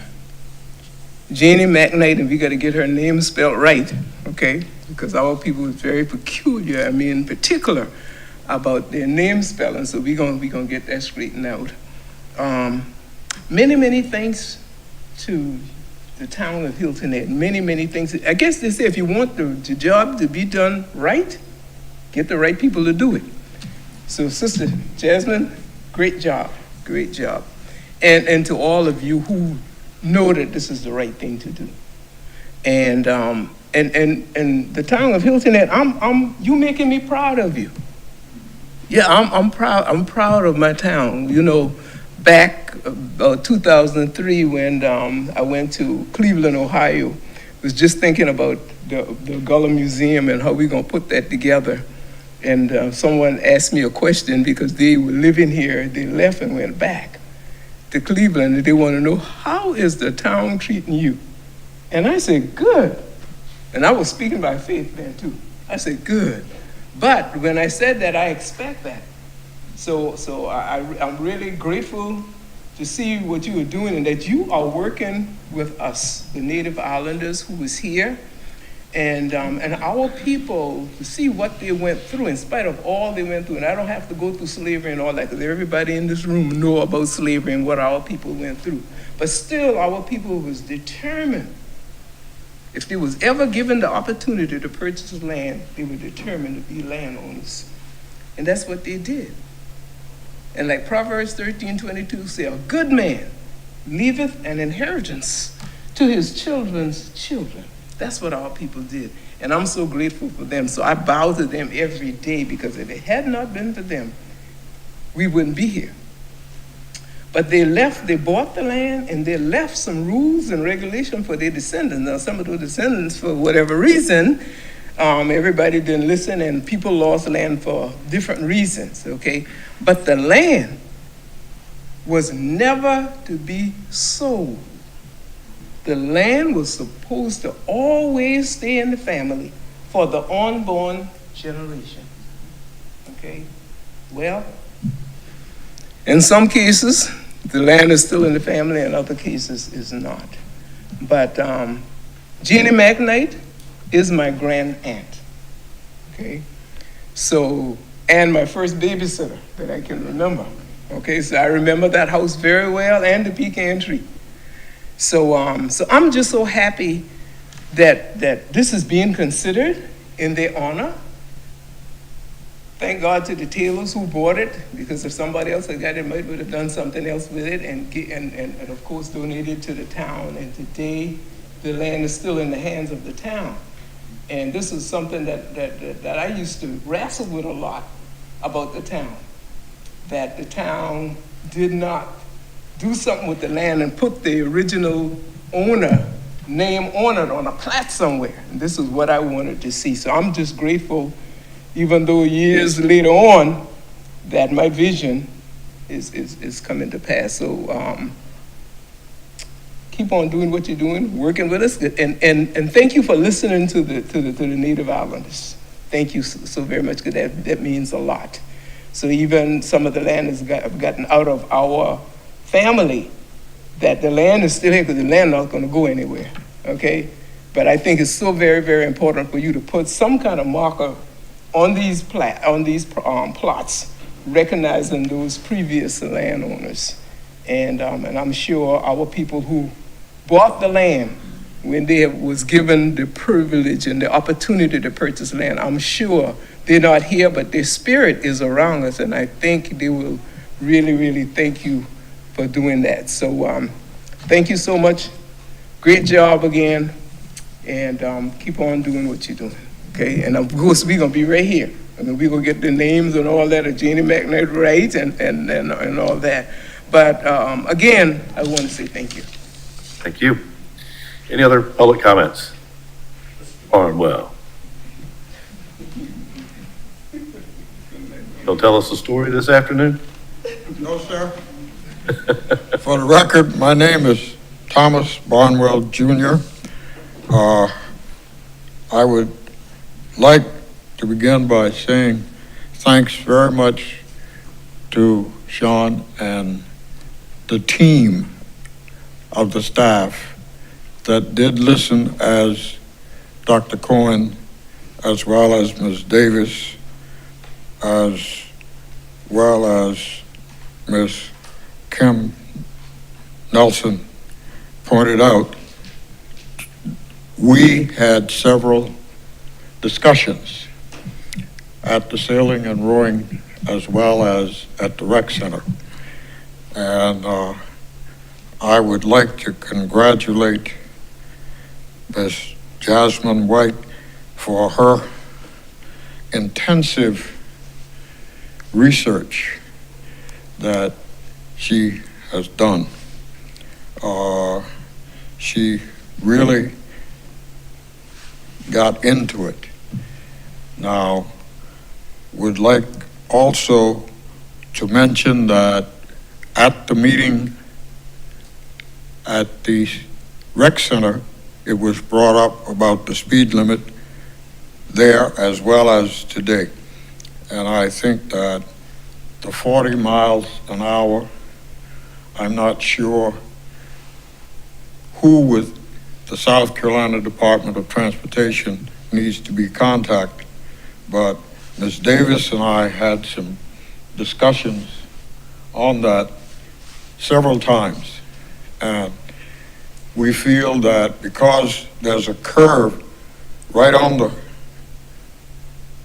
corner close to the intersection of the entrance into Wild Horse Court, that from both directions, there needs, while you're looking at the speed limit, there need to be some additional signage indicating where the park is.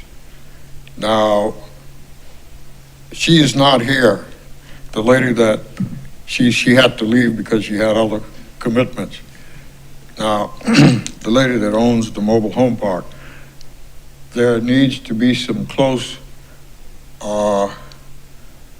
discussion, Sean, with you and your staff with the fencing. That is still a question mark. But those are my only concern. And Mr. Mayor, if I was supposed to say anything different. No. I want to hear the story about, I want to hear your story about the pecan tree. Oh. That's what I want to hear about. That's the story. I'm not sure the record will allow me to tell the true story, but Mr. Isaiah, bless his soul, Mr. Isaiah McKnight was one of the senior oyster persons, distant cousin of Ms. Cohen. And he was sort of the leading oyster person for the community as I was growing up as a young boy. And it was well known back in those days that prior to going out to pick oysters, Mr. McKnight was the man that had the moonshine. And I'll stop right there. Thank you for that. Thank you. Any other public comment? Yes, sir.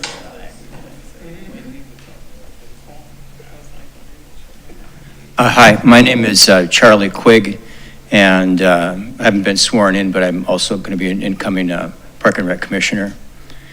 And I visited the site before the community meeting, which was held a couple of weeks ago. And there's been some discussion about a plaque or some sort of designation honoring the history. And one of the things that I found interesting is that there already is a plaque on a pedestal. And I'll just give you the title. It says Grayton H. Taylor Memorial Family Park. And there was also some discussion about how long it's been in the town's hands. It says that it was donated 24th day of April, 1992. So I'm not going to make any comment or suggestion other than just mention that there's already a plaque and some consideration should be given to, well, do we leave it as it is? Do we move it? Do we somehow honor the other things which are denoted on that plaque? So it ought to at least be part of the conversation. Okay, thank you very much. Any other public comment? All right, seeing none. We'll come back to council, and I'll start with you this time, Ms. Bryson. Yeah, first of all, great job, community. And great job, staff and consultants. I'll say it that way. But thank you for the input. Just a couple notes. Some of you probably thought I was checking on, some other communication on my mobile device here, but actually I was looking up the name of a couple of parks that I thought it might be helpful to look at. When I'm looking at this plan, yep, we still have it up there, farming area. There is a place in Western North Carolina called the Cradle of Forestry. It was, the Cradle of Forestry is a site of George Vanderbilt purchased a whole lot of property in Western North Carolina. Park system and the National Forest there. Brought over Mr. Schenk from Germany to teach about forestry in Western North Carolina. That's why it's called the Cradle of Forestry. But it's a walk-around place where there are exhibits. So you don't have to have, this is myself, you don't have to have somebody leading you around. You can go on tours, but you can self-program and go to, and I remember particularly there is a cabin there with a farm display. So maybe check out, I've looked at their website to see if you could see a photo. I'm sorry, I couldn't find that. Short drive up there, it's a really cool place. The other thing I was remembering, and don't laugh at me, but this is true, Holmes Educational State Forest out from Hendersonville, North Carolina. There are trees, there's all kind of different deciduous trees. So you can press a button and the tree will talk to you. So there's some other things like that. And then the QR codes I was remembering are either in Charleston or Savannah. When you walk around and there might be a plaque or some other sort of signage, and you put your QR code, your phone up there to it, and that's when you have to talk about the history of the house or the park or whatever. So I thought about those when I was closing my eyes and imagining the garden. So, but a couple of other things. I appreciate the community's concern about the speed limit through there, and I hope that our staff will follow up with SCDOT about the speed limit concern. And as I understand, the proposal from this site to go to Gumtree would not be to extend the park, but to extend the pathway down to connect with the existing multi-use pathway on Gumtree. I think that's the understanding. And the other thing that I think is helpful to know is as far as programming goes, the Gullah Museum, Dr. Cohen, is just down the road. That'd be a good match with programming there. And also the Boys and Girls Club is not far down the way to engage in programming with the kids being able to park and learn. Also First Tee, which is a entity, is located right there. And so there's programming opportunities with kids very close by and with other not-for-profits in the area. What else about the site? I love the pecan tree and the stories about that. I support adding some other pecan trees. I promise you I'm not going to come and pick them and make a pie because you don't want me to do that. I'll come and help gather them, but I won't be the pie maker. I like that there's still a connection to the water, even though it's not by the water. And I noticed on this plan, 6, 7, 8, and 9 is some sort of rubberized surface that's inspired by local water. So I think that's kind of a cool idea to connect the Bateau and that water feature with other places.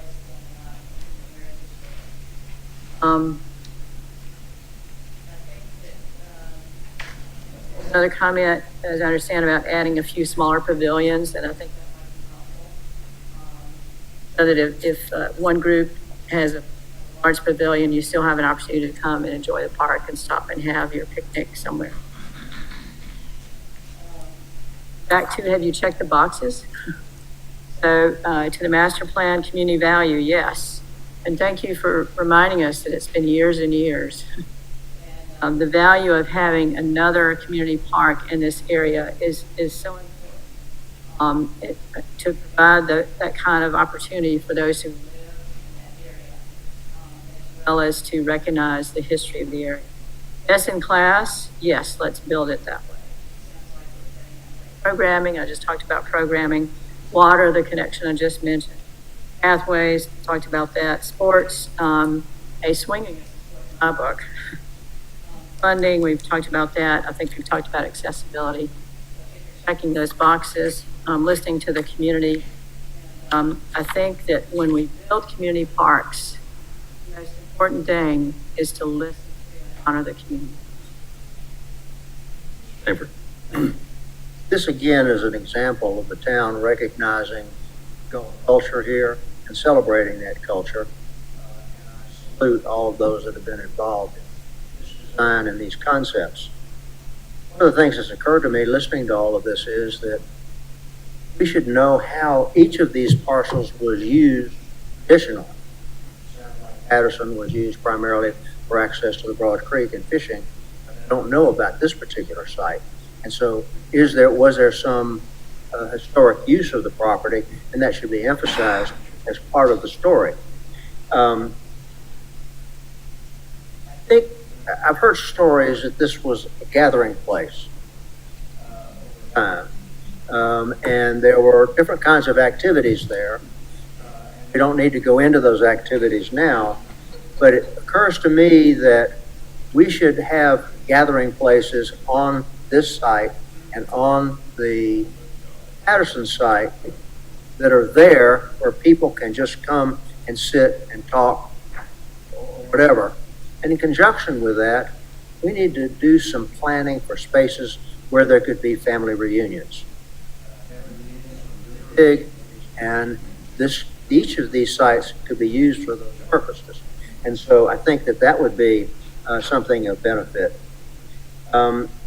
Someone mentioned a warning about alligators. Obviously, we need to do that every place we invite the public. But that definitely should be sites. And then finally, Jasmine, you mentioned engraving on the tables. My concern about that is it would invite more engraving on the tables by people who are not experts. Someone's just sitting there. So think about that as to whether that's something that we want to encourage by example. Another great park concept. Timing on this is a little bit farther down the line. That's great. So thank you to everyone that's been involved. Great presentation. Mr. Stanford is telling you to be wary of engraving. What have you done in the past? I'm not going to confess anything until Mr. Barnwell confesses. Mr. Alfred. Another very creative and plan, certainly something to look forward to. I just have one question, and that is there any need to give consideration to security aspects like cameras, lights, fences, and so forth? Yes, sir, that's consistent with the other parks in the town's system, so gated, so we can restrict access, cameras for security, and then certainly lighting and low-level lighting around through the park.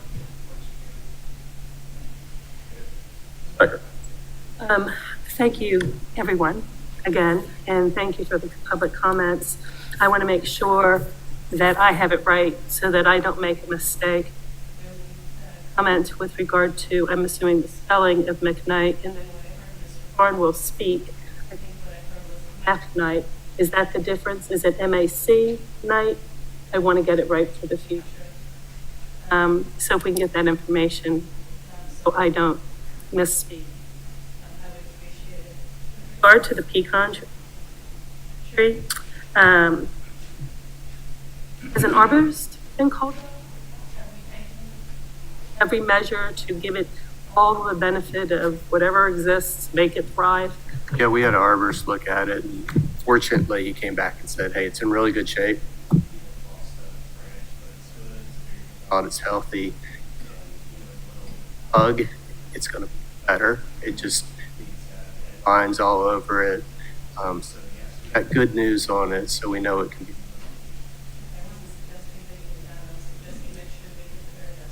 Specialist out to look at it and give it all it needs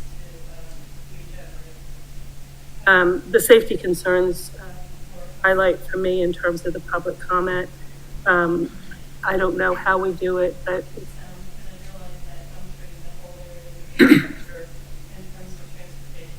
island in the future, that if we can do something to ensure the safety as we anticipate, this is a community neighborhood park, and there will be pedestrians and children riding bikes and families. So everything that can be done needs to be looked at and done.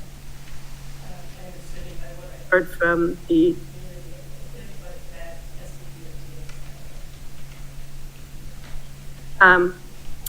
And then the last comment that I have, and I think I made this in some frame, way, or shape. The water-inspired area. Water on the island, so if we could temper that just a little bit. So again, it's not Disney-esque. Mr. Ames. Thank you, Mayor. I think the team hit a home run on these two parks, and let me tell you why. Town was incorporated in 1983, and I think this is the first time I've been at a meeting where the town proposed something that 3 elders of the Gullah community stood up and said, thank you for hearing us, for listening to us, and for doing what we advised. So kudos there. I give Jasmine a good deal of credit for articulating so clearly the vision for what this could become. Talk in our district plans of theme and character, and in your presentation, you outlined the theme and character of this particular park in a way that resonated with the public, and I think is important for the planning committee to understand what theme and character really means. It's also said that actually both of these parks had stories to tell. And that is really powerful. And when we hear elders stand up just for a few moments, learn something that has to be a part of our history. And I think that the elements that you've outlined, Jasmine, go a long way in telling that story. There's a richness to what we're learning. And I don't know how you physically articulate that in a way that it comes across in a way that people can comprehend. But that's the challenge and opportunity of these parks, I think.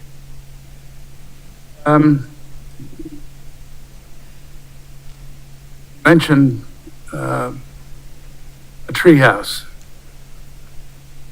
People know that I say anytime you can put a kid 6 feet in the ground, he's going to climb those stairs to get up there. And so I just think that it's important to consider whether or not these trees provide something that's adventuresome for kids. Also been heard saying anytime you can provide water for people to enjoy on this island, it's important. Now on Patterson, we talked about marsh frontage. Here we don't have it. Mentioned chimes. There's a downside in chimes, but I'm not sure there's a downside in the sound of water. So I don't know whether or not you can incorporate splashing water, something that soothes. Not all chimes soothe, so I think that's where there's danger. But I think fountains, running water, splashing, in some way mitigates temperature also. So I'm just thinking that that's an element you might want to consider. The last comment regards the wetlands. I have not walked the wetlands. I don't know what quality of wetland it is. Is it an asset or is it something we want to turn our back on? Is there a possibility of incorporating a boardwalk through? I don't know what the answer is because I haven't walked on it, but are we fencing it off because we don't want people to see it and appreciate it, or do we want them to be a part of it? Thank you very much. Good job. Brown. Along with, Bring your microphone a little bit closer if you would. oh, sure. Great gratitude to staff and consultant again. And Mr. Mayor, I wanted to also thank you for embracing workshop opportunities so that we can have these discussions, not pressured by taking a vote at the moment. So I'm gonna take that time to make a few comments, hoping that we get better in process. I'm gonna put my operations hat on for just a moment here. Here, Sean hadn't gotten to this point yet, but, next step would be Parks and Rec, with this proposed plan. Mr. Baber, you made a comment earlier about the expertise and the significance of the Parks and Rec Commission. And I agree with that wholeheartedly. I also have to say that that is one of the boards and commissions that the town offers that does not have any Gullah representation on it.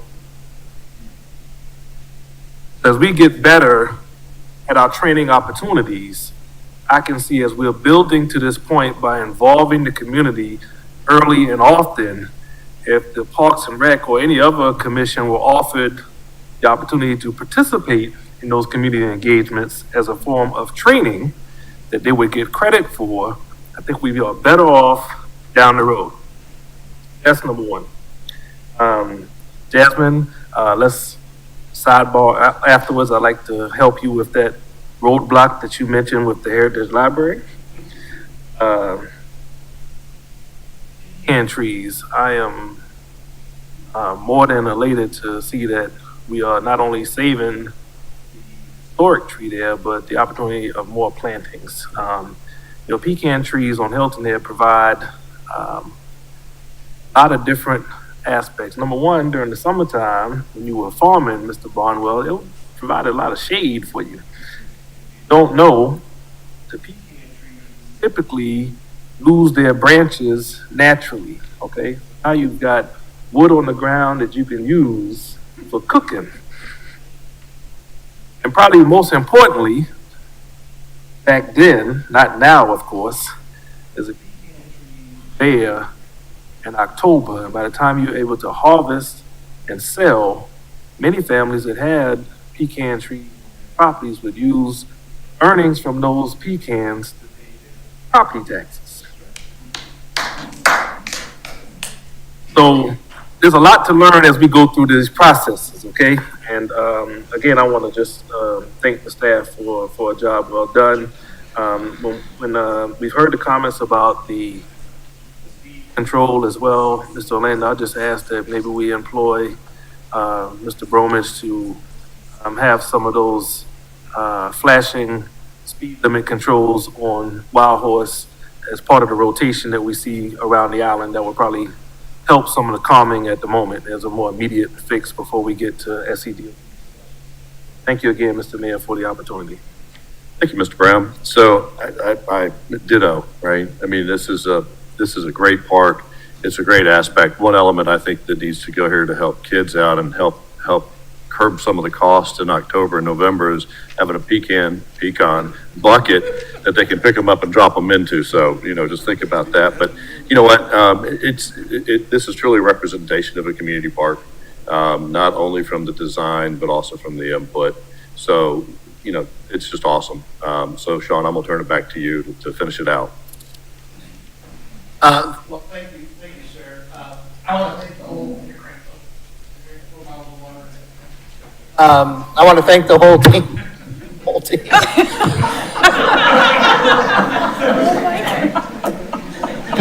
Okay, all right, I'm good. Brian told me if I limped up, we'd finish strong in this. Oh my God. I want to thank the whole team. It's one thing to put a plan together, but to have meaning behind it. So I want to thank Eric as our project manager and Ben, his assistants. Jasmine's helped the team get better, but Brian Whitmer and his team able to translate that into a concept plan. And the whole community engagement team that met out, excuse me, at the Rowing and Sailing Center, Island Rec Center to communicate, to listen, to get feedback. So Angie and her team, it's been a special journey the last year or two to get to where we are today. I apologize it's taken so long, but I'm so happy that we're here today. So thank you, everyone. Just quickly, kind Councilwoman Bryson's comment about having the trees talk, Mr. Barnwell said if the pecan tree can talk, then he doesn't support the project. Because the stories the pecan tree or pecan tree would tell may not be appropriate for everyone. So, all right, next steps. So there's one small mistake on this, but master plan concept refinement based on the input that we received today and through today's workshop. It will be a Parks and Rec Commission meeting in November for both of these parks. It says December there, my apologies. And then forward to council for what we hope is approval of the final master plan so we can get through the implementation. As you know, just like the other park, final design, calendar year 24, permitting as well. Brian McElwee, which is MCI, but he goes by McElwee. So I don't know if it's an MAC or an MC. It's just how it was pronounced. So we'll get to the bottom of that part of it. He's already let DOT know that we expect an evaluation of speed along this roadway, and he's got ideas about ways to make that crossing safer and certainly more visible. So I want to thank him. He sent the request as we were hearing from folks today. So I'd like to thank town manager and the community for their support. To our team, town council, thank you so much. That really wraps up what we had programmed for today, and we look forward to bringing you back a final plan. Before we go, Kim, did we have any people that signed up to speak? No? Okay, great. So thank you all. Hopefully you feel you've been heard from everybody's standpoint, and these are going to be great parks. So with that, we are adjourned.